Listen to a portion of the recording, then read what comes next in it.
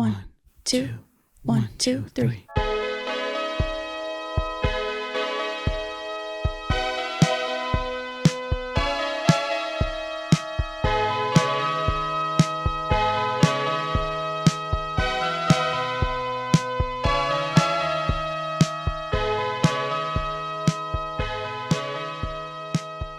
Hey listeners, welcome back to another episode. I'm Ricky. And I'm Brittany. And we are Paper Scream. So Brittany, what have you been up to since I last saw you? I haven't been up to too much. I went and saw A Good Person last night, that Zach Braff directed movie, and I cried for 80% of the movie. And after the movie, I had a raging headache. My skin was burning from all the salt in my freaking tears. It was almost like torture porn. Like it was, I don't want to rewatch it, but thinking about how much I cried, I'm like, was that movie good or bad? Because it was almost like, did it do too much tragedy? Like, because it was like every other like scene in line, it would be like, wham. Oh my God. You know? That looked like a really good movie. I saw the trailer, so it did look like it was going to be like an emotional wreck of a movie. And I was surprised that you went to see it. I know. Like, we know how you are. Yeah. But, and then I'm almost finished reading a book called Lapvona by Ottessa Moshfegh. She wrote My Year of Rest and Relaxation, which is like kind of like her most popular book. But this one is about some kind of made up place. It gives me the vibes of like maybe some area of like Ireland back in like the, I would guess 1700s. And I love it. It's really weird. Mm-hmm. It's really dark. There is some cannibalism. Oh. Yeah. And there's a scene where a man has his new adopted son rub a grape against his scrotum and then his butthole, and then they throw it into this servant lady's mouth. Oh my God. It's a fantastic book. Oh my God. Is this a horror book? What is it? I don't know what genre. Bizarro? Chaotic. Yeah. It's, the whole thing is like commentary on how, I guess you could say, how we stay in like caste systems, basically. But yeah, it's really good. I would definitely recommend it if you like weird shit.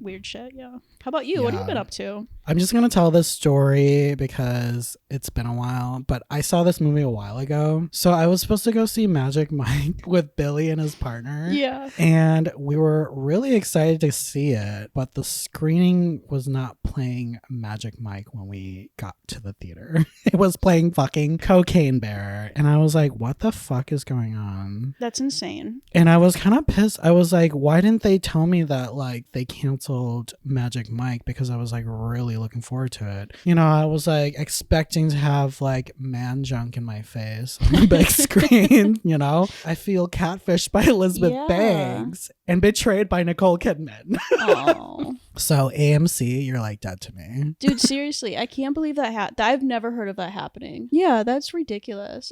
Did you ever see it? Nope. What's it called? Magic Mike Last Dance?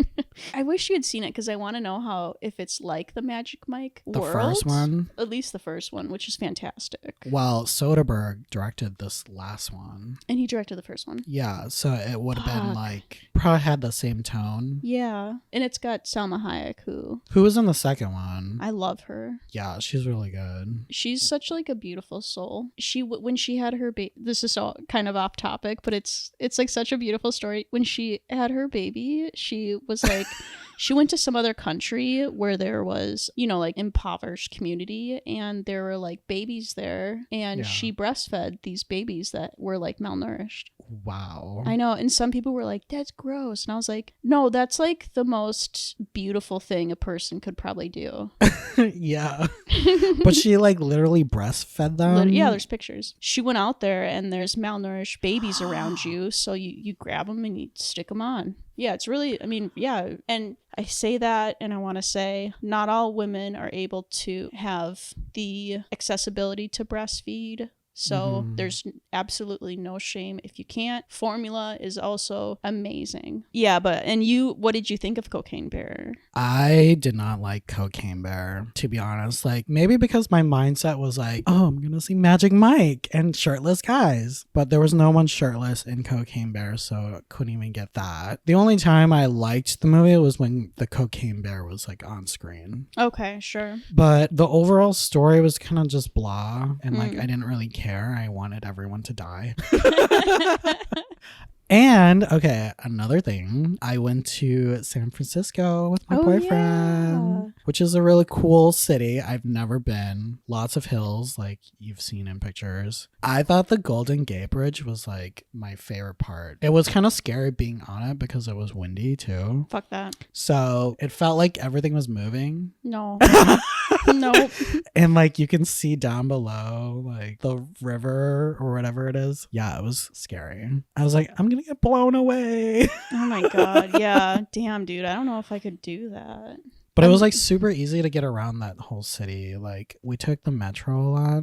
And no cable car though. That's really cool. Yeah, I've never been there. Do you think it's like somewhere you should like go as soon as you can, or is it something you should just like go in your lifetime? It's a place that you should go once in your life. Everyone talks about it, and there's like a lot of touristy things, like the Full House is there. Right, yeah. Miss Doubtfire's house is there, which I almost went to, but then I saw that it was like farther away from like I went to see the Painted Ladies, which is like the houses that look yes. like, Yeah. And the pastels. Yeah, it's really cute, and you can see the whole skyline of cool. San Francisco.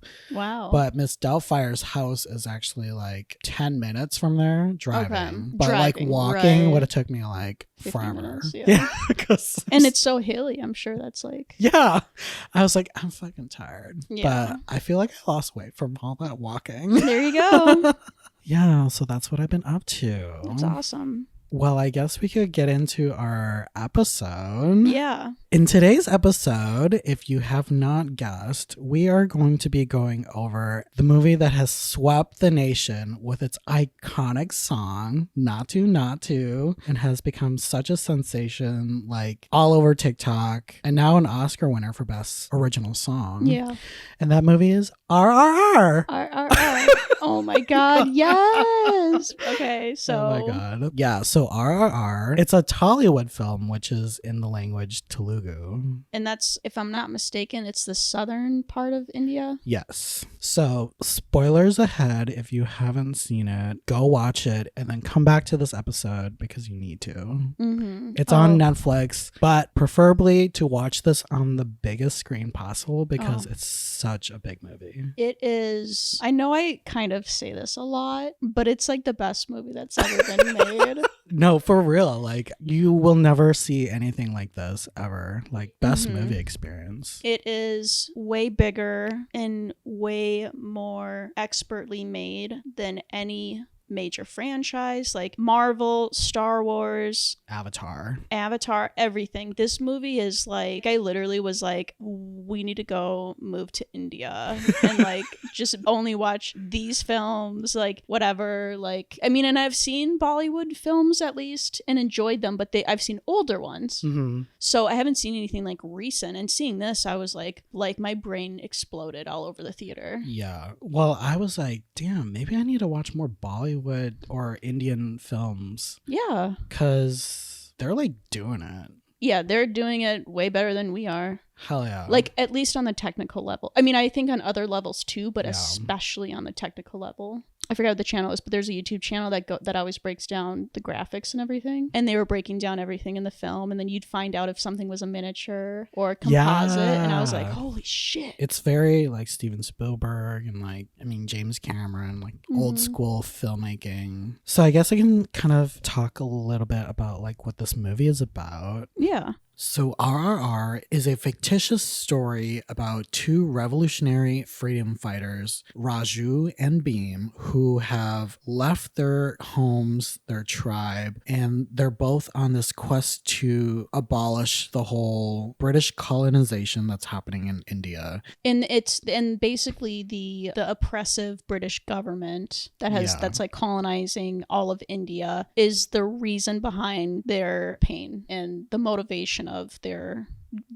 goals. Yeah, their agenda is different from each other's. Their main goal is basically the same. And the root, like down to the person, that general or whoever he is, he's directly involved in both of their... Is he the general or the governor? I feel like he's the governor. I don't know who the fuck he is. I don't know who he is. Yeah, he's like this really tall, mean-looking piece of shit. It gives me like a cartoon character in a way. Yeah. But anyways, this is starring N.T. Rama Rao Jr., Ram Charan, Aliyah Bhatt, and a bunch of other people. And it's directed by S.S. Rajamouli, and he also wrote this. Did he write it with his dad? Because his dad's working on the second one right now. Yes, with his dad. Yeah. Yeah.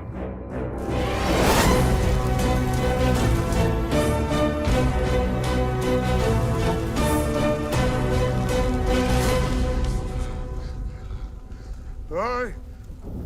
Hey! Ah! Raju! Akhtar! So let's talk about our movie experience. Yes. So I was hearing a lot of buzz about this movie on TikTok, and some friends had said they saw it and loved it. We were supposed to go to a screening, which sucked because we had our tickets turned away last minute. I was like, oh. My first time watching it was on Netflix, and it was the dubbed version, which was, I do not recommend, by the way. Right. It took me like 2 days to finish the movie because it was so long. Plus, I started at like 8 o'clock at night. Yeah. Did not realize it was going to be like 3 hours long. But anyways, my initial viewing of the movie, I was just like, what the fuck is going on? Yeah. And why do people like this movie? Because there's like a lot happening, you know? Yeah. Yeah, like the first 40 minutes is all action, and that was just the prologue. Yeah, it's all very like epic. You saw it. It took you 2 nights too. Yeah, I saw it in the theater with you, and then I wanted to rewatch it for this episode, make notes, and so my partner could watch it. And that was 2 nights. What was your experience like? You and I went, you were like, dude, this movie's fucking amazing. And you're like, there's a showing. Should we go to it? And I'm like, yeah, I'm down. Because the week that we were going to go to it, my fucking battery died. I had all these obstacles. Anyway, yeah, so we canceled. A week later, we went. Mm-hmm. I knew nothing about it. And like you guys know, that's how I prefer to see a film. And you were like, yeah, well, okay, so it's 1920s. I knew there was going to be music. I knew it was about 2 friends. And I had seen the poster where they're doing from a still from the Naatu Naatu. Yeah. So we went to it and I'm like, should I pop an edible? And you're like, yeah. So we both take edibles. You've got your wine. Did I spill my wine on my... I was like, let me take some pictures of you. And you're like holding like a wine, a popcorn, like a soda or some shit. And you're like spilling. I'm just like a hot mess. But yeah, we go into the theater. We're watching the movie. Everyone there, I think, had probably seen it before because it seemed like everyone was like and the whole movie, I was fucking blown away. Yeah. Like every minute of it, I was like, wow. Because like I said, I had never even seen a trailer. And this is like the most fantastic shit I have ever seen. Like, I actually low-key like love action movies. Mm-hmm. Like I never like say that's like my favorite genre, but like all my favorite movies are like action. Like I am like a devoted Marvel fanatic, but Star Wars too. Star Wars, Lord of the Rings, like all that shit. But anyway, I love action. So yeah. And I was so high and like yeah, Brittany had a good time. Like I wish I was on your level. But okay, so I want to mention, like you said you only saw the poster for it. I saw the poster of them riding the motorcycle. And I was like, is this like a gay rom-com? Yes. And that's what I thought it was. I was like, oh, cute. No, not what I expected the movie to be. I was like, what? Okay, now I understand why everyone's talking about it, because yeah. it is fucking epic. Yeah. And it's not just the scale of it and the explosions and like everything amazing. It's like down to like every fucking shot is so well planned. There are so many symbolism like in every aspect, like so much foreshadowing. It's completely brilliant. You said this wasn't like your first Bollywood film. I don't think this was mine either. When I was a kid, like my parents would watch Bollywood films translated in like Thai. So I did see Bollywood films, but I didn't really understand it because I was a kid. Right. Yeah. Yeah. I just seen, you know, like that really, really famous lady with blue eyes. I'd seen some of her films. Oh. But I couldn't tell you what they were called. So Billy went to that screening at the Ace Hotel with the Q&A with the director, and Ram Charan was there and the film composer, and he said the audience was literally dancing in the movie theater. That's so cool. To all of the songs. Yeah. I was like, what? I wish we had that experience. I know, we're so fucking dumb. We're late to the party, to be honest. Like this movie came out in 2022. Yeah. And I do think like even just the title, and like I said, I like avoid things. I'm like, what the hell is RRR? I know. And then when you told me about it, I was like, don't tell me much. And you're like 1920s, two dudes, the British colonization. So in my head, I was like, it's probably about two guys going into the city, meeting some gals. Like I'm like in my head, I'm thinking of like a cutesy, like traditional, like musical or something. And that's what I thought it was gonna go. Yeah. So like the Newsies. Yeah. Yeah. Like you know how we had like old timey Hollywood. This was like that. Yeah. Do you want to talk about the budget? Yeah. So I'm not sure if it's rupees or if it's another currency, but it's like, if you were to like look it up, it says like 5.5 billion or something, or like 50. It's like something, but the currency to USD would be 72 million. Is that what you have? So what I had was 3,500,000,000 rupees, which translates to 42,643,000. Okay, I wonder if my budget number is with the post-marketing and everything. I'm not really sure, but it is the most expensive film ever produced in India to date, ever in the history. And you can tell. Yeah. This shit is like, woo-wee. I know. Yeah.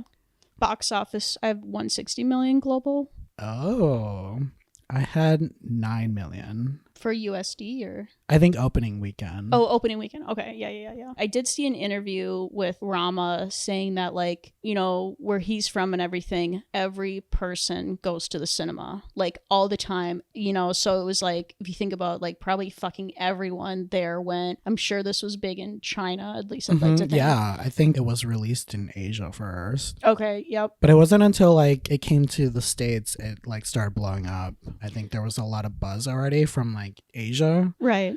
We like to overhype things in America, so it's just a thing. Yeah. But, you know, I gotta say, this is such an important movie for India, and a huge moment for you guys. So yeah, congratulations. Yeah, congratulations. You deserve it. So I guess we could start off with the prologue. The 40-minute prologue, which introduces the story and our protagonist. It opens up with this little girl who's singing, and she's singing to the British governor and his mad wife. I'm going to call her Cersei because that's what she was giving. She was giving Cersei from Game of Thrones. It's taking place in like a tribe, but then it gets intense when the mad wife gives them money. Yeah, and she says to her governor husband, she's like, I want this girl on my mantle. Yeah. And so he, like, in the most asshole way, tosses some coins at the mom, and they don't obviously speak each other's languages, and some guy that the mom is with, a community member, is like, oh, he's like complimenting your, you know? But no. She was sold to the white people, which was like ruthless. I mean, it was like she was buying a sweater. And the mom is just like... I was like feeling for her. Yeah. And then she's like chasing after them. And that was like fucking dramatic as fuck. Yeah, and I will say during all this, they're cutting to shots of like you're getting an... Okay, so this community basically stays in the jungle and is very connected to the earth and everything and one another. It's a very tight-knit community. There are soldiers they show bringing out animal carcasses. And and that's kind of also saying like they're not only being invasive, but they're disrespecting the earth, because you don't like India, and I'm sure the community this is specifically based off of have a much more appreciative, connected relationship with all life. And for these like British colonizers, it's just meat to them. Yeah. Pieces of shit. When the mom gets whacked. Dude. So yeah, the mom. Okay, so first the governor gives this dumb little speech where he's like, you can't use a bullet that costs 7 C's. And it's basically he's kind of constantly saying, like, pointing out that the bullet that these British use are expensive and significantly more valuable than the life of an Indian person. Yeah. It's traumatic to that whole, and he says it a couple times in the film. Yep. So then like the soldier's like, okay, I can't use my bullet, so he grabs a fucking piece of wood and smashes her head. And it's like when that happened, I was like, it splinters, and it's just like, she'd be dead. Yeah. And I thought she died Same. At that moment because she was just laying there bleeding from her head. I'm sure she was unconscious. I mean, that's the thing, she probably got brain damage from that, like, no joke. Yeah. And it was a careless, fleeting moment for those British people. So then after that, we get introduced to Bheem, who's one of the protagonists. And he's from that tribe. Yep. And the little girl that was sold to the British people is his little sister. So it's not.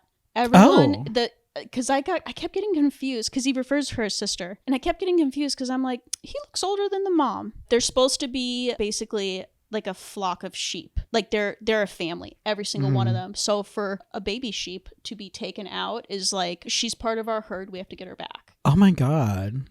Yeah. The animal references. Yeah, I know. Whoa. Whoa. my mind is blown now. Yeah. But yeah, when we first see Bheem, it's this shot of him upside down in the reflection of water. Yeah. And then it fucking, and as we're spinning. Oh my god, it is. And it's like, whoa. Like, it's so fucking cool. Yeah, I loved that opening shot of him. But okay, so he looks more muscular in the prologue than he does later in the movie. Yeah, but we talked about how it's probably because he's like in disguise, because he's pretending incognito, to be because he's pretending to be a Muslim mechanic, whereas he's actually like this fucking warrior in the jungle like yeah and somehow can like fight against like a tiger. Just brilliant. Yeah, he's like pouring water on himself. So we're like, okay, this is the water. It's interesting because like, yeah, his essence is like flowing peace. Like water is peace, and it's part of the everything. Like, that's his essence, which is like very clear in the rest of the film. He's definitely like, I get Pisces energy from him. Yeah, he's more, not to jump forward, but the song that he sings when he's getting whipped. Yeah. That song is related to like his personality, because nature is like giving him life and whatever. That's what the song is about. So him being water is life. Water's life, water's everywhere. And even if you think about the fact that we open with his reflection in the water, so he is the water. He is in the water, like, it's so, I don't know, it's so fucking dope. Okay, so we saw the British holding animals tied up to something, just like total disregard. And then we see this amazing man working with his friends to capture a tiger. They don't like shoot it, they don't kill it or anything. They just like, they get that green powder to like knock the tiger unconscious. Yeah. And then he apologizes to the tiger. And it's just like beautiful.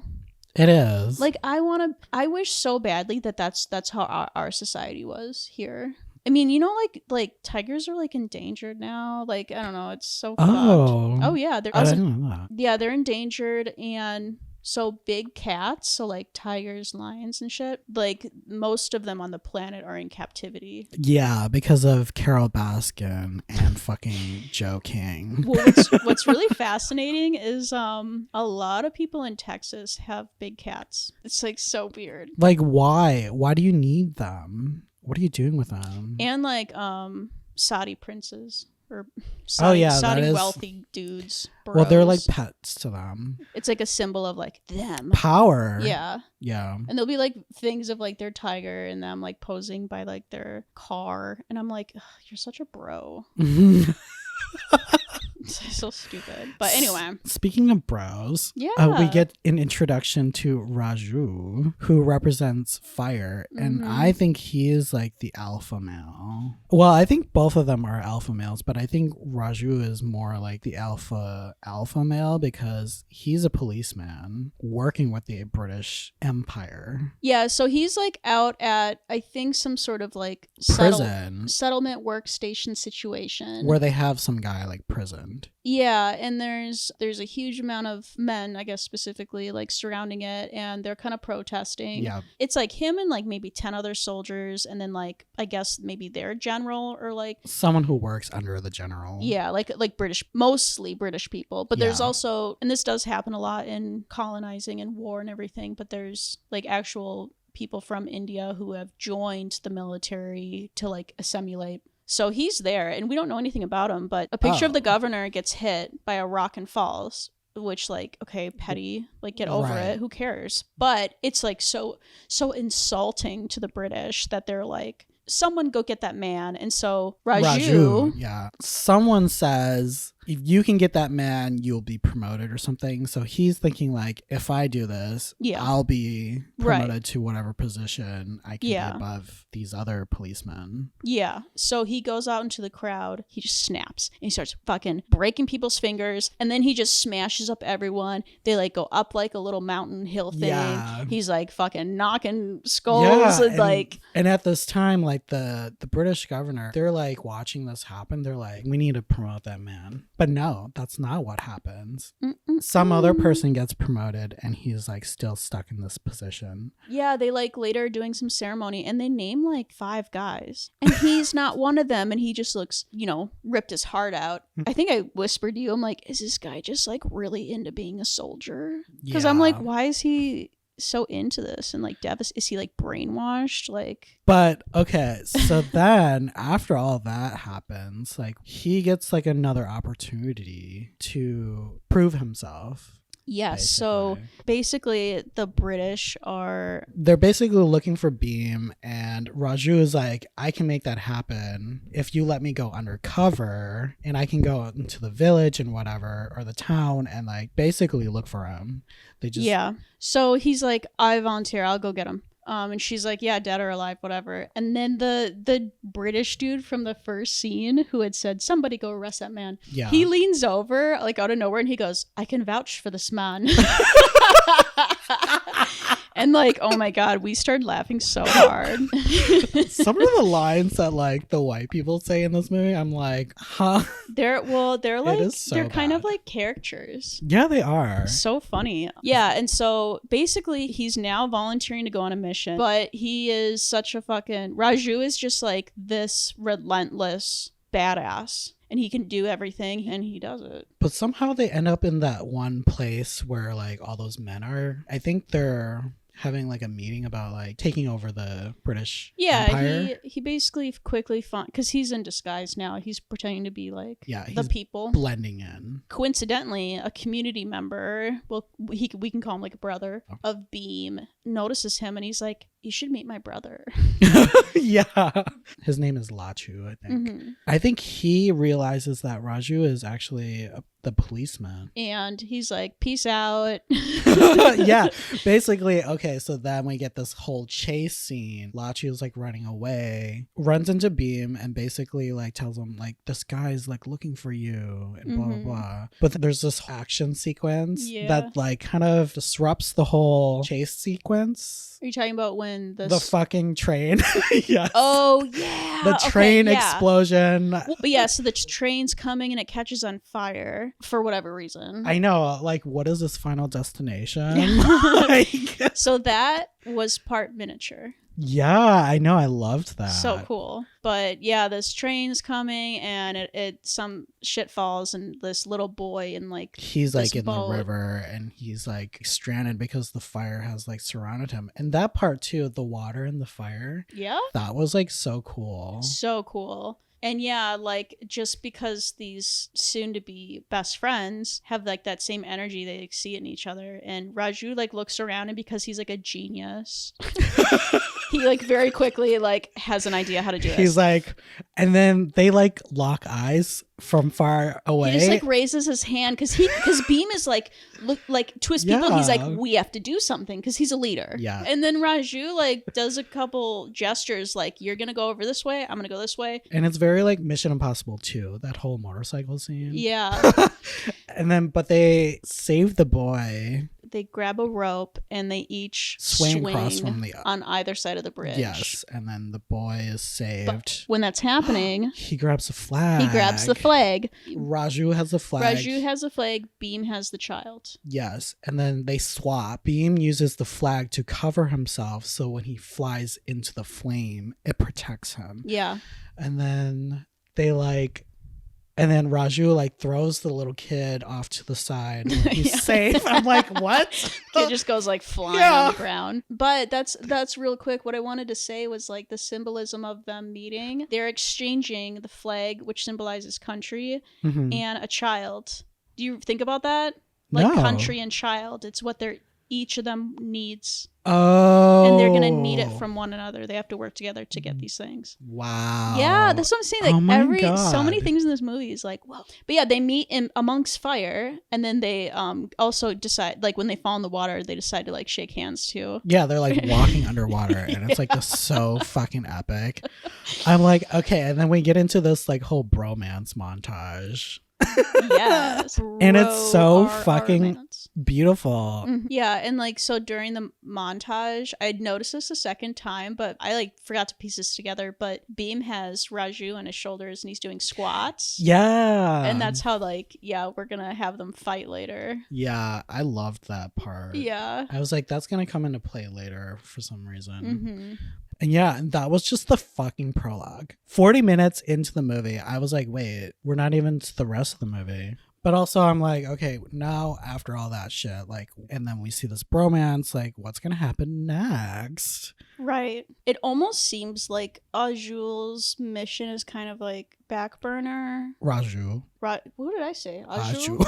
Oh yeah, I forgot. We like have those scenes where like when he's like working out and like during the movie you were like so hot. God, Ram Charan is a hot piece of meat. Like he's a very like handsome man. He's got gray hair. yeah, Like his that nice hair. coif. Yeah. But it's the porn stash for me. But the first time is during the prologue and it's after he loses. Oh, the promotion thing. Yeah, it like cuts to him working out Yeah. and you're like, whoa.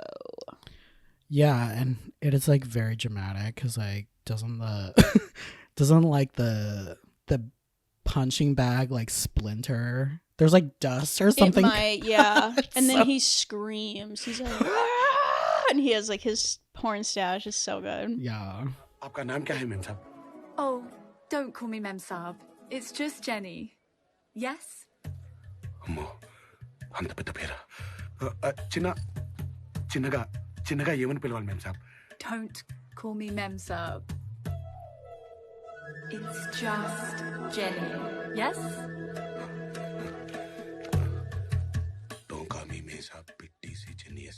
It's like after the prologue, it's kind of like a lot of like the Jenny storyline with Bheem. I know. And then I was like, oh, is this the love story that's gonna happen? Like, because we got this bromance going on, and then now Jenny is in the picture, and she, Yeah. your reaction. When you're high, it's like I would definitely say it's much funnier. I think she's cute. She grew on me. When I'm stoned and I'm seeing all this like epicness, and they show this girl with like a ponytail and she gets out of the car and like Bheem just like stops in his tracks and like it's slow motion, and it's like he's staring at her like he's never seen a woman so beautiful. Yeah. And so I'm like, what? She's like the plainest person I've ever seen. Like, but she kind of looks like Misha Barton from the OC. Totally. Yeah. Which I think is pretty basic. She's plain. Like, she's cute. I mean, there's nothing wrong, but it's just, I mean, like, compared to like Sita. Yes. And like fucking his mom in the flashbacks. There's so many people that are like, my partner couldn't like mentally handle how attractive Sita is. he was like, she's the kind of beautiful where like you would kill over her. And I'm like, I know. Okay, her and the girl from Slumdog Millionaire. Yes. Frida Pinto. Yeah, So I cute. thought she was so pretty in Slumdog Millionaire, but we're not talking about that movie. Mm-hmm. So back to Jenny. So his friend is trying to be like incognito and go into like the work thing with the government, but then they ask for IDs and his friend doesn't have one, and they're like, oh no.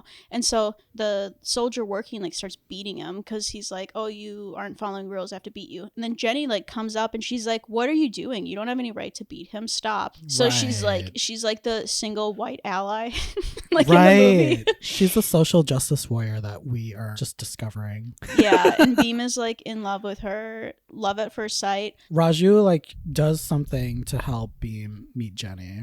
Jenny is like driving behind them, and then like her tire goes flat. So we got this like cheesy rom-com like moment. It's like a meet cute. So after that, like that's when Bheem and Jenny go into the little shop, and she's like shopping for the little girl, Molly. Yeah. And then he finds out that Jenny is talking about Molly, the little girl from the tribe. Mm-hmm. And then basically, like, Beam's gonna make this bracelet thing. And he's like, give this to her. That was when we finally knew where the story was going. But I will say, maybe we did and I missed it both times, but I wish we knew what her involvement is. Because why the fuck is she like doesn't, she's not like down for this shit, like the British. Right. I thought she was like the general or something, like that was her father. Yeah, maybe. Because, like, why are all these women in the palace, like, just hanging out like fucking Bridgerton? Look at all these brown buggers. What do they know about art? About finesse? About dance?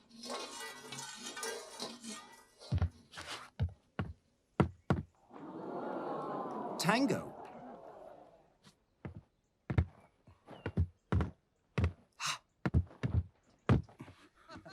Swing.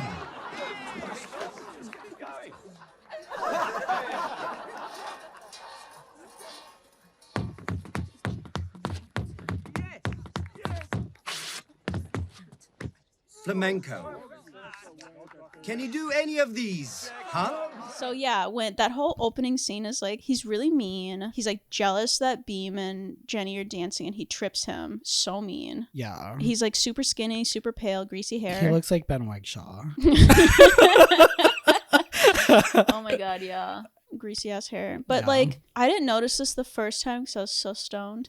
But when he says like, look at all these brown buggas, there's shots of different people like looking really hurt. So the second time I was like, oh, like it's even worse kind of seeing that, Yeah. you know? But did you notice the one black guy? Yeah, he's like my favorite. He's amazing. Yeah, I'm like, you get your screen time. Yeah. But yeah, all of this is happening at like this country club, and there's like a big party, and Yeah. Bheem, Raju, and Jenny are there. And Jenny. And she can't wait to dance.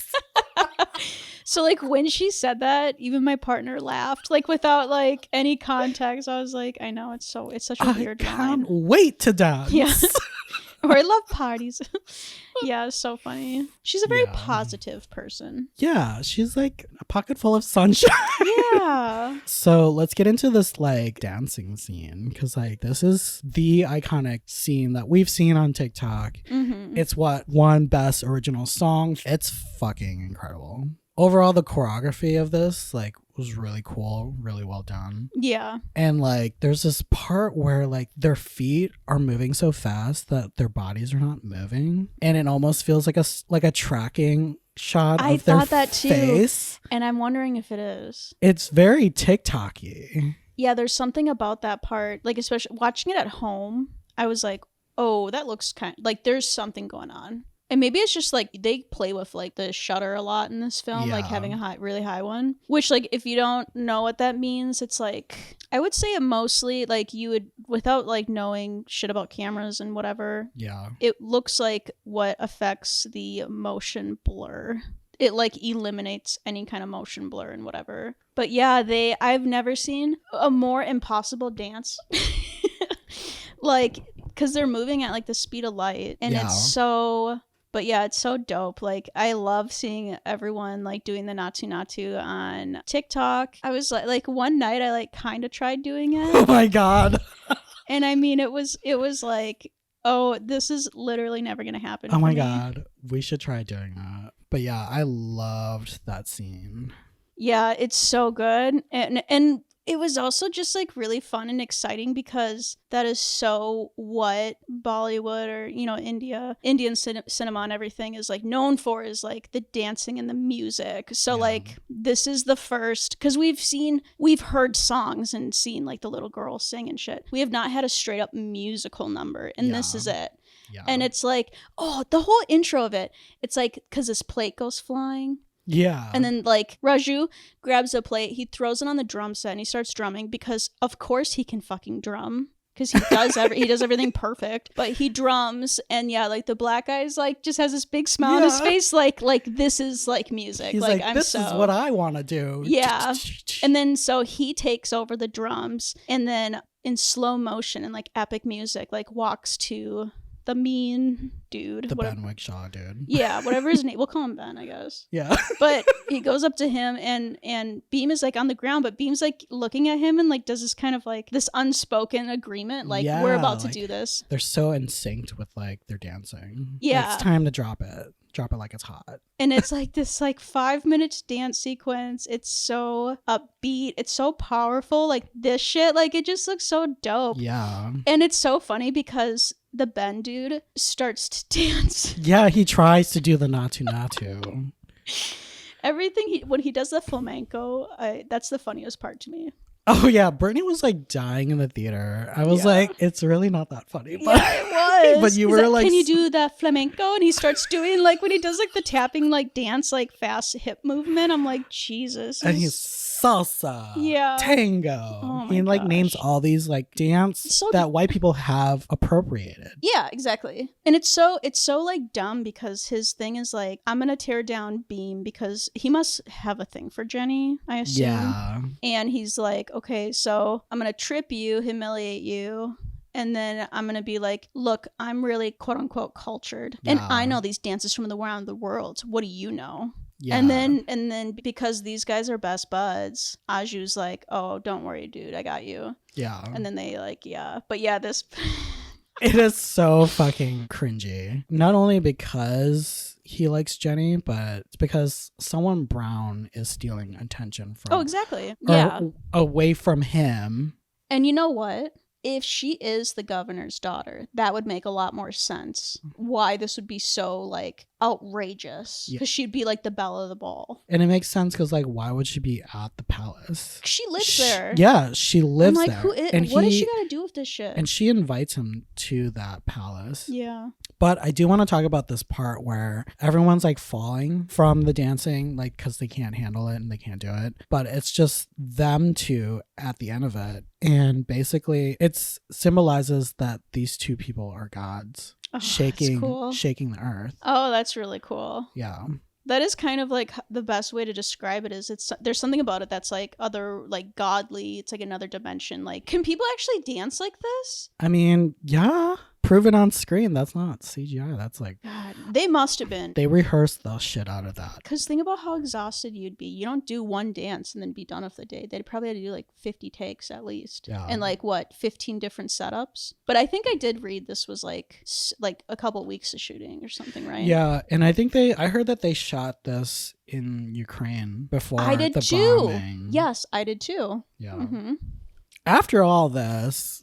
we're still like, okay, these two guys still have their mission and they still don't know their true identity because like Raju's still incognito and Bheem is still on his mission to like find the little girl. Right. And the last thing he probably expected was Jenny to drop like, oh, I know this little girl is staying with me called Molly. And he's like that whole pause. All the music in this movie is like, oh my God. So like whenever there's like a, uh-oh, the music is like it's kind of Kill Billy. Yeah. You know? Oh, it's so good. You know what might be my favorite music? It's the opening music, if you remember what that is. It sounds like one of the tracks on Bjork's Medulla album. Oh. And the whole Medulla album is only sounds that that humans make. There's no like musical instruments. And so in that song that I'm thinking of, it's like ooh, like it's like these cool like sounds and whatever. It might be Icelandic language, I'm not positive, but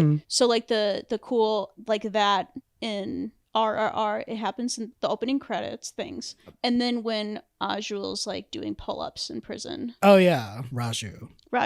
Good God. Girl. I'm dyslexic. I think it's something like it's because his name's Rama. And I'm Jesus Christ. Oh yeah, Rama means God, right? Or server of God. Yeah. Okay, Ram, Ajul. That's why I'm saying Rajul. That's no joke. That's why. I got a busted ass brain. Okay, so after all of this, we're like, okay, when are they going to finally like reveal to each other their true identity? Because Bheem's incognito, so is Raju. And they're best friends. Yeah. I'm like, how long is it going to take for you to realize that the person that you're looking for is your best friend? Right. I know, it's so funny. The irony. But then the movie turns into another movie. Yeah, pretty much. It goes into Rambo, basically. What happens to Raju? So he does find the brother because of the paint, and he's torturing him, and the brother won't say a word. The brother he knows like how to get a snake. He's like doing this tap, like yeah, it's like a poisonous snake. Yep, he grabs it. So when Raju yes comes back, he throws at him. It's like, haha, like you're gonna die. And then Raju's like, oh my gosh, okay, well I'm gonna free you because like I'm dying and I'm actually like a good person, bye. And then he like is dragging his body across the street to find Bheem, and Bheem's like with his crew being like, okay, we know where Molly is, game plan, let's fucking go. Yeah. But then Raju's like, oh, they're doing the tapping thing. Yeah. And that comes into play later. Yeah. I just realized that. Yeah. And then so Bheem hears it and he's like, he goes and finds him, and then Bheem of course is like, oh, like I know. He basically makes a elixir for him, their medicine. That part was like really funny because I was like, what? He's just like finding all the ingredients, like random shit. Right? Like, I'm like, are you actually making anything? Right. And it somehow like helps him. And his brother earlier had said, there's no cure, you're gonna die in an hour or something. So of course he didn't know, but he wanted to find Bheem to say goodbye probably because they're besties. So, and during the healing stuff, Bheem puts this holy thread from his neck onto Raju's, and Bheem's like family or whatever is like, removing that's only gonna bring you problems. And he's like, he needs it more than I do. Do you remember what he says to him, Bheem? He says to him, your friendship is more valuable than this life, brother. I'll die with pride. And that's like, he's like, his mission is to crash into that British palace to save his sister, even if it's worth his life. Right. That's what he's going to sacrifice. Yeah. There's like, it's like a no man down. But during all that, Raju's like, because for Raju, it's like, I need to honor my father, my mother, save my entire community, save this country. So he's sitting there like so frustrated and pissed because he's like, I need Bheem. Like, I need to grab this guy, arrest him, but he can't physically move. And Bheem's just like, anyway, love you, bye. Bye, Felicia.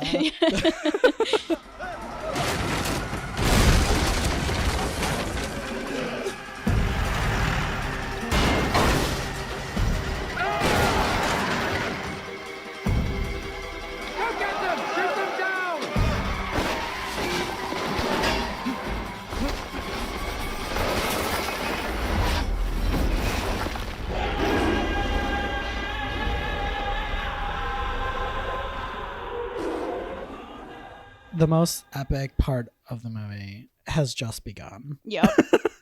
They break in and they're in like a stolen military vehicle. Oh yeah, and there's like a party going on. Yeah, and this is like when it gets real zany. But yeah, the slow motion when he jumps out with the animals and he's holding fire. So I was epic. like, oh my god, I've never seen anything so cool in my fucking life. Like, and then that's like, oh, that's why they were like capturing the tiger in the beginning. The other thing too is like, so during this whole scene, the palace is lit up in like such a ridiculous way. Yeah, like it's very bright. Yeah, like it looks like if you think of like old marquees, Yeah, it's like every inch of the palace so ridiculous. But then, like, okay, when all of that is like happening, Raju shows up dressed in his uniform, and then there's a whole face-off between them. So cool.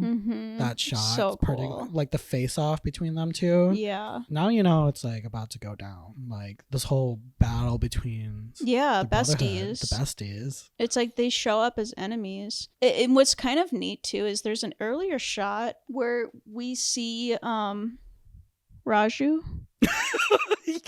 I like how you had a pause to Yeah. think about it.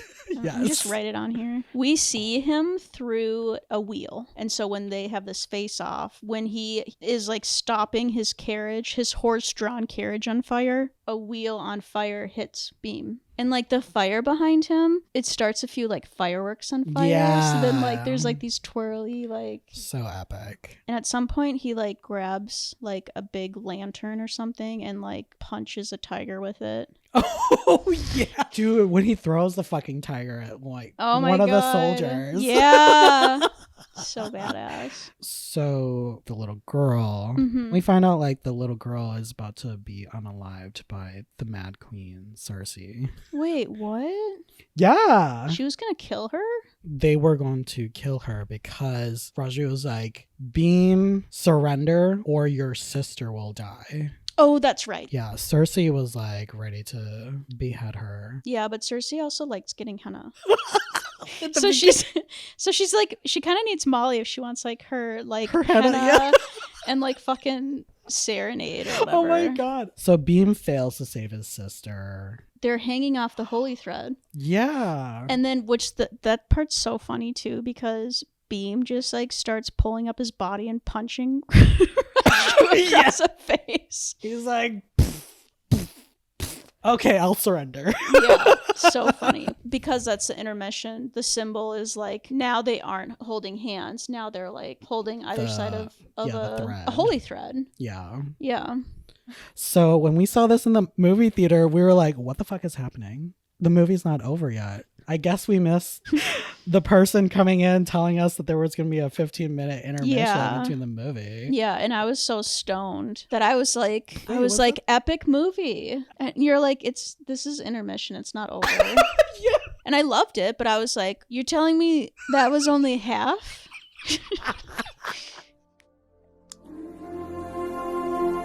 Sita, मेरा एक हिस्सा तो हमेशा तुम्हारे पास रहेगा। सीता, मेरी अपनी हिम्मत मेरी ताकत है, पर तुम्हारी हिम्मत मेरी जीत होगी।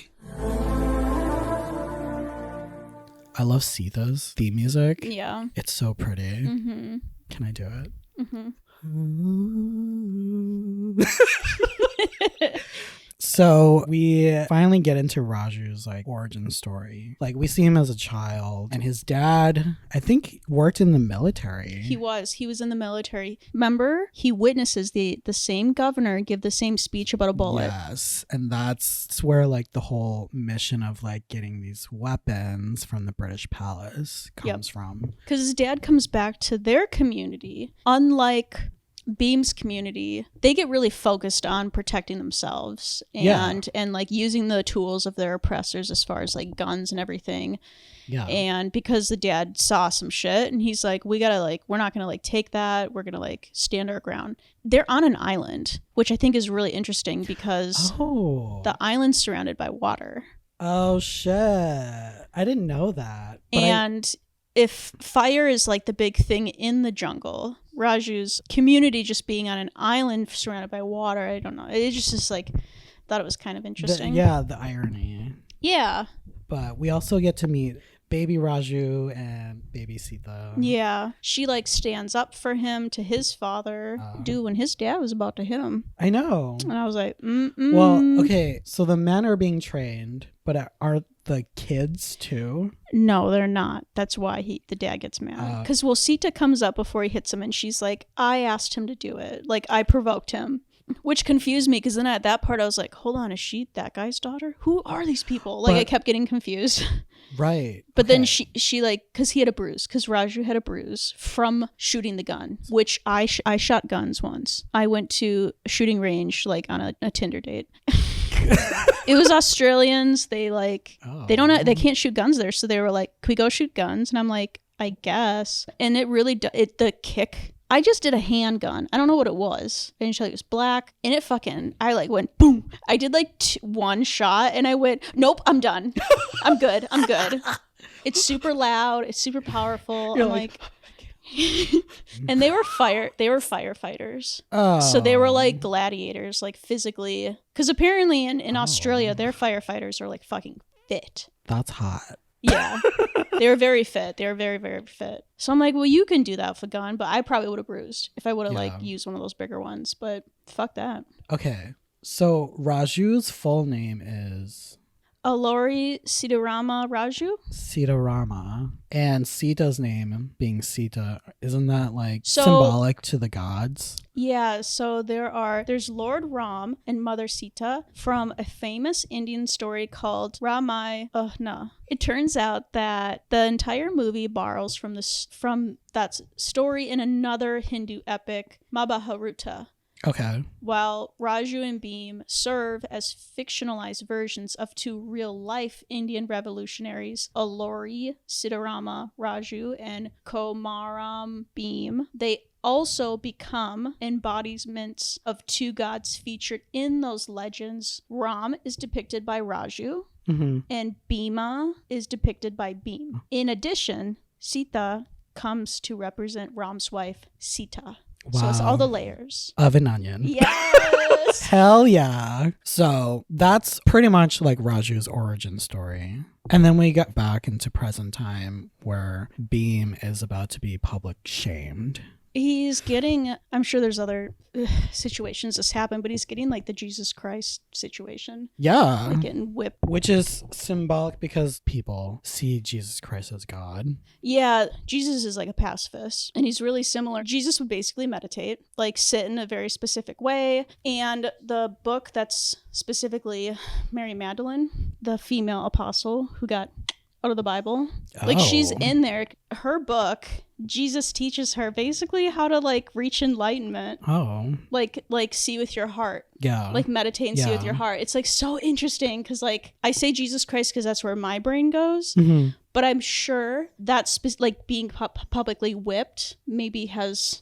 Yeah, it's like symbolic to that. Yeah, and maybe symbolic to other things though. Like maybe one of these revolutionary heroes in India were. Yeah. I mean, I was going to say, like, a lot of religion is very similar. Yeah, like, no, for sure. For sure. Yeah. So I mean, I wouldn't doubt if, like, that whole scene was, like, a metaphor for, like, anything in that religion. But anyways, so Raju is like doing all the whipping, which is ironic. It's so ironic, and honestly, I can't believe he went through with it. I know, but then like the Mad Queen is saying like, oh, it wasn't enough. His knees weren't touching the ground. She could see the blood drip between his knee and the ground, and she was like, he's not kneeling all the way. So that's when she pulls out this other whip with like fucking sharp needles, and that part was torture.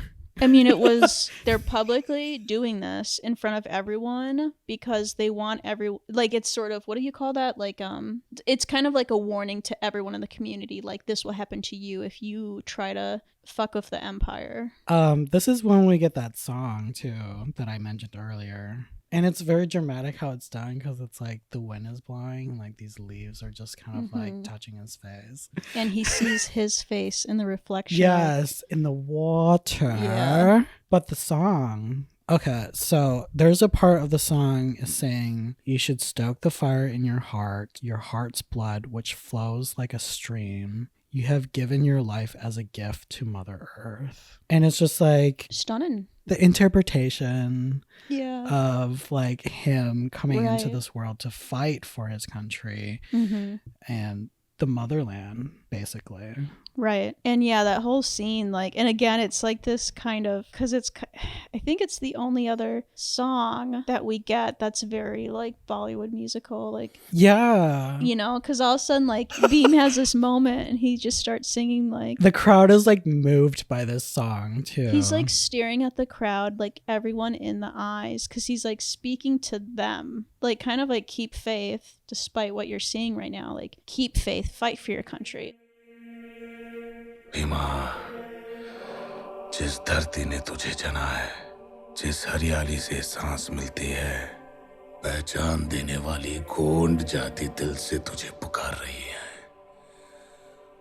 सुन रहा है क्या? Raju gets access to the guns because he's already been promoted. Now he's wearing like a nice little slick red suit. Yeah, aka fire.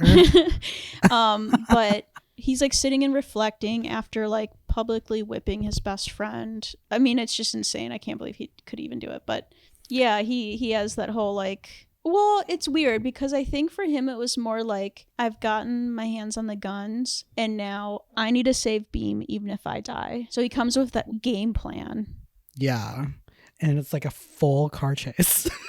And so Raju convinces like the governor or the general that like, oh, we should have the hanging out here, but also like get his sister to watch because that would be devastating. Exactly. Yep. But that's part of the plan to Get pretty much them. like get them to escape together and reunite. And there's like when the booby trap goes off, the governor like notices the tree tied before it even happens because like the dirt on Raju's hand gets on his hand. But I was gonna say, yeah, when like the cars go flying, he's like up in the air and he grabs his gun, and it's just so ridiculous. I know. I have that in my notes too. He like flies in the air, it somehow lands on his feet. And when he shoots, it's like a rifle.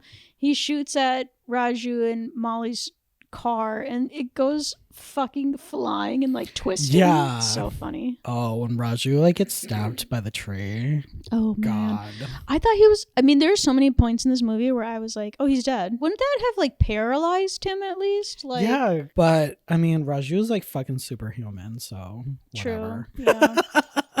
When Bheem doesn't realize that like Raju's been helping him the whole Right. time, he uses that wooden Yeah. stake or whatever, Yeah. and it looks like he's about to fucking kill him, and he Yeah. like plunges it into the ground. He just stabbed it into the ground. Because Yeah. when the first lunge, he froze. And then the second lunge, he put it in the ground because it's just, that's who Bheem is. He couldn't kill his brother. So all of this is like happening, and I'm like, whoa. I know. There's just a lot going on. Time has passed now, Mhm. and it's what, months? It's been long enough for Raju's hair to grow like 3 or 4 inches. Yeah. Maybe like 8 months. That hair was pretty. But Bheem is still out on the run. He's in hiding, and Raju's in jail. We see them at like, I think it's a type of worship house because it's like open for everyone. But Sita's there. Hell yeah. They haven't met. She's looking all cute. Because her and Raju, despite like how we've seen Raju, they're both symbolizing God just out of her character without knowing who Molly and Bheem are, not knowing that they're on the Right. run, not knowing that anything. She can see that they're concerned and the British come in and she's like, oh, excuse me, sir, we're so hungry. We have smallpox and we haven't eaten. And he's like, you got smallpox? He's like, everyone out. We're gonna get the fuck out of here. Yeah. And then like one guy stays and like grabs his like binoculars or something or like a flashlight and he's like looking across the room and she can tell they're about to see Bheem. Yeah. She just runs up to the guy and touches him and she's like, please, I beg you. And he's like, don't fucking touch me. And then Fucking kicks her. kicks her in the stomach. I mean, we should have the same reaction when we see anyone get hit. There's something about it's extra hard seeing a man hit a woman. A brown woman. Yeah. And Bheem the whole time is like, he's like trying to like go and save her and his friends are holding him back. And he doesn't know who she is. Yeah, but then like, They figure it out, yeah. She like reveals who she is and like why she's there, and like reveals that she's Raju's wife. I think Molly or a lady that they're with, she says something like, we all work together and like we take care of each other, like whatever, something nice. And she goes, that's what my fiance would say. And like little does she know, her fiance just like publicly whipped this dude because he was trying to get his like this little girl home. It's so funny. I'm like, does Sita know what's been up? But she like later tells a story. Yeah, they like move outside, and now she's sitting in front of the two statues of Lord Ram and Mother Sita. She starts talking about like, oh, but my fiance had to betray his greatest friend. He did all this because he wants to free the country. We're going to start a revolution. Because earlier, would they like all freeze when she says my fiance's like a police officer? And she's like, oh, no. He's undercover because we're going to start a revolution. And Bheem has like a fucking That's So Raven moment. And he's like, and meanwhile, Raju's in jail working out. But like Bheem he like goes up to Sita and he's bawling. He's such a Pisces. He's such a Pisces. He's like so connected to his emotions. Oh, water signs. Hello. Right. Or he might be Scorpios because still a water sign, and it's kind of like a mixture of the two, and it would kind of make sense like why he just like instantly wanted Jenny. What is it with Scorpios? I love Scorpios.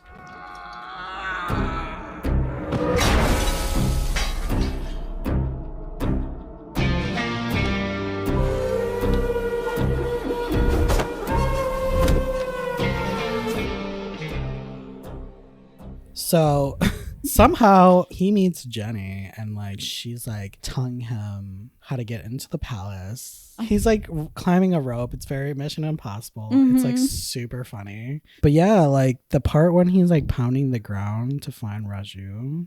It's so good. And again, it's like speaking to how connected these two dudes are, that they like, if I heard like a beat on the wall, I wouldn't think my best friend is here making this little music beat to me and I need to do it back so he can find me. Like, it's just, but they knew because they're like soulmates. Okay, so like the part that made me emotional was when they finally meet up. He's like kind of spilling his emotions to him, and I'm like, oh my god, he like loves him. Yeah. And it's like this like it does feel like a gay romance thing happening. And I'm like, and he like breaks him out of that cell. Oh, so beautiful.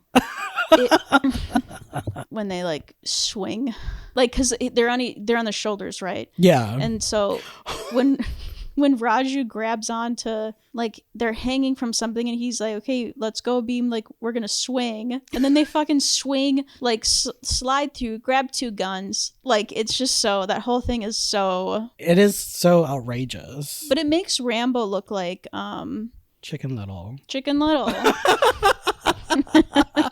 Oh my god, but Raju's all fucked up physically, you know. And Bheem goes up to, he puts his body down and he goes to the statue of Lord Ram, and someone had given Lord Ram the bow and arrow, and is Sagittarius.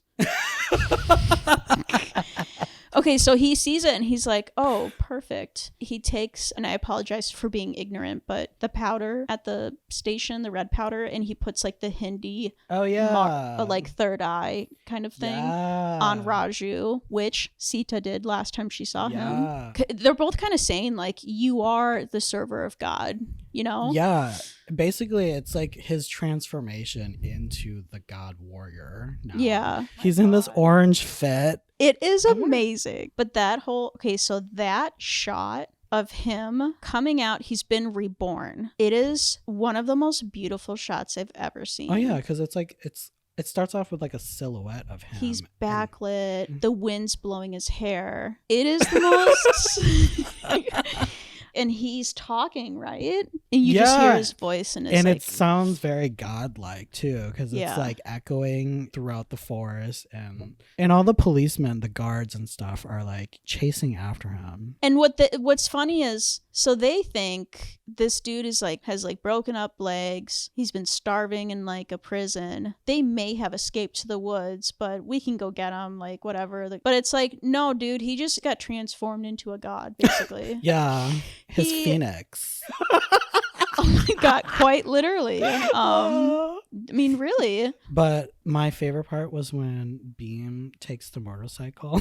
Oh my He's god. like fucking swinging it at everybody. That iconic shot of them two. Bheem is riding the motorcycle. Yes. And Raju is riding the horse. And they're like going towards the palace. It kind of reminds me of like a superhero movie. Oh, 100%. I actually wouldn't be surprised if that's symbolic to something too. So Bheem crashes the motorcycle into the British palace. And it misses the general and and the guards, but then it crashes into the room where they stored all of the bombs and weapons, and the palace just blows up and eventually like kills everyone except for the governor. Right, yeah. And he's like the last one alive. But then there's like that dramatic shot of the mad queen who's like, she's dead, entangled in like barbed wire. Yeah. It's and like her blood's dripping on the governor. Yeah.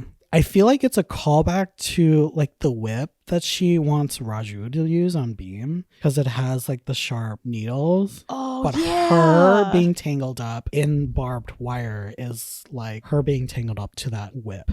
Yes, totally. So good. So Raju's there with the general. Yeah. And then Bheem comes out of nowhere holding probably 5,000 pounds of like guns and ammo and shit. Yeah. And he like both sides of his bodies, it's like, I don't know, these giant like containers of weapons. And he just like slides them down the hill and Raju's like, thanks, buddy. Is it Raju or Bheem that says the line? It's Raju, because Raju knows the story because his father told him the story. That's right. And he says to the general, and what does he say? Load. Aim. Shoot. His voice is so low, I can't even do it. He's like, load, aim, shoot. Aim. Shoot. Let's talk about that ending. The ending. Oh, this is when I finally cried. So Raju is reunited with Sita. Mm-hmm. They don't kiss, Well, which apparently is controversial in Bollywood and Indian films in general. To kiss? Yeah, I think like PDA. it's a cultural thing. Yeah, that makes sense. Yeah. So do you want to talk about that scene that you cried to? Yeah, so, okay, again, Stony baloney. So this whole movie, like, it's, and like, the British is not portrayed in a positive light. Only Right. Jenny. Yeah. Only Jenny She's is. their social justice warrior. Yeah, it's done, like, the movie's so fantastical and has so much action. You're kind of sucked into this retelling of history, you could say, Yeah. right? So at the end, after Sita and Raju are, like, reunited, he's talking to Bheem and he's like, thank you so much for everything. And then he says, like, what can I do for you? Like, I owe you. What can I do for you? And then Bheem goes, teach me to read and write, brother. And like, I'm like gonna cry right now. And I was like, and like, that's when like reality hit. Like, this is a fun retelling with like a happy ending movie, but it's like that is such a huge thing for when places get colonized and you take away education. Yeah. As like a way to keep them in a caste system, which the caste system is something now in India that many believe. So it's believed that it's like derived from Hindu culture in India, but what many people don't realize, it is the British colonization that was actually the main driving force behind the development of India's caste system. I don't know, it really hit me, and just thinking of like how, because like I read a lot, you know, and like we watch film, storytelling, being able to read and write and stuff is so transformative, and taking that away from people, and like for that that be the thing he wants from him. Yeah. Like, teach me to read and write, because it is kind of, it's just, I don't know, I was just like, holy shit. Anyway, but so when we watched on Netflix, it's like, be my teacher. And I'm like, wait a minute. Interesting though. I had also heard a story about, I don't remember where I heard this, but someone was saying that when their uncle or dad or someone was going through, or grandpa was going through, they were in a country that was being colonized and shit, or being taken over by like a fascist situation, but the person said they never learned to read and write, so they were never brainwashed into propaganda because they couldn't read the propaganda. Oh, interesting. And I was like, whoa. But that doesn't mean they don't know how to read and write. It's just not in the language of whoever was taking over, I think. Well, I guess we can jump into the final musical number. So I loved this song just because it was like basically a song about all the freedom fighters that fought for their country. Yes. It was just like a fun, upbeat song, similar to Naatu Naatu, but like it felt more like Tollywood. Yes, because it's more, because they're singing like directly to the camera and it's much more celebratory. Yeah, and I just love the set design. Yeah. Of that. Like it was just so cool. But yeah, that second viewing, I fucking cried during that whole thing. And then I kept rewinding it and like trying to read. So I read the song. But yeah, I was like crying when we watched it the other night because I was like, I'm like so touched by how culturally like they are portraying like this like unified celebration of their history in like a really cool way. Like this whole beautiful dance scene, and then so they're showing these like really pretty like landscapey posters of like a certain freedom fighter and they're talking about like each like region. I was just like, this is so beautiful. Yeah, they're themselves as actors like during this basically. And at one point like the director Rajamouli, he like shows up. It's so fun. I was gonna say there's like this little sequence where the two-star they're dancing together and doing like this dance around putting their scarf around their head. Yeah. And like that's really cute. I was like, I wonder if that's like a tradition, like doing a dance to that, or if they just incorporated that. But I thought that was really fun. And then when I'm gonna cry, there was one female warrior. Yeah. And like Sita announces her and like does like a thing, and I was like, fuck yeah, dude. But it was so sweet and it was like so cool. But it's like, again, like reality, like that had to have been a real woman, and God knows what could have happened to her. And just like that sacrifice, you know?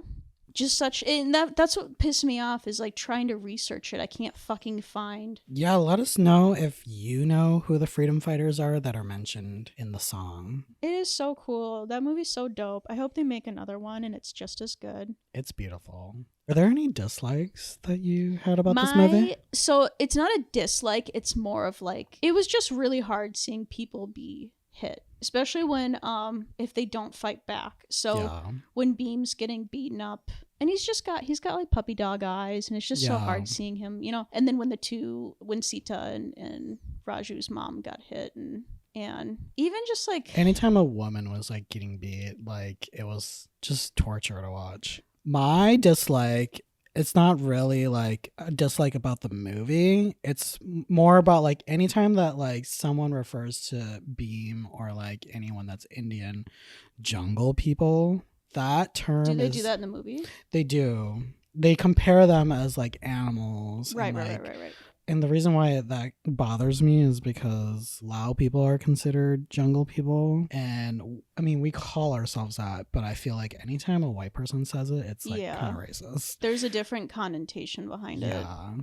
I just wanted to bring up one interesting note was the title of the movie started off as RRR because of the last names. So Rajamouli and then like Ram and then Rama, Raul, like their last names or their names together created the initial. But the title of the movie, we didn't really mention, stands for Rise, Roar, Revolt. Yes, Rise, Roar, Revolt. Is like a title like RRR normal in India? Like just to have an acronym? Well, before it was just like an untitled project called RRR because of their names. Not because the movie was called RRR, Because you know how like J.J. Abrams did Cloverfield, and the whole for the longest time the title was Untitled Project Cloverfield, and then it became the title. Yeah, and that's just because Cloverfield's a street. Oh, one shout out is the film composer, M.M. Keeravani. I love that he said that his inspiration came from John Williams. Yeah. And both of them were at the fucking Oscars together. I thought that was so cool. So cool. And iconic. But any final thoughts on this? I just think it's like such a fucking fun ride. If you were to not like this movie, I would say there's something else going on with you. I don't know. I will say I would recommend it. If you're into weed, I would recommend watching it for the first time, Stoning Baloney. I think this is a great film, and it's fun experience, like proud moment for India again. I loved everything about it. I loved the bromance part and the musical numbers, and there was like so much heart in making this movie. I recommend seeing it on the biggest screen possible. Cinema is back, y'all. Well, that's the episode. That's RRR. Brittany, where can we find you? You can find me at humble_book_review. And also, I turned on my other Instagram. I'm not very active on it, but it's Britty_gusto. And you can find me on Instagram and TikTok at @somecallme_Ricky. And if you liked this episode, you can find us on Instagram and YouTube at Paper Screen Podcast. We'd love to hear your thoughts. We'd love to hear what you think about this film, and also just engage with us. So smash that like button, hit us up, let us know what you think. Until next time, bye.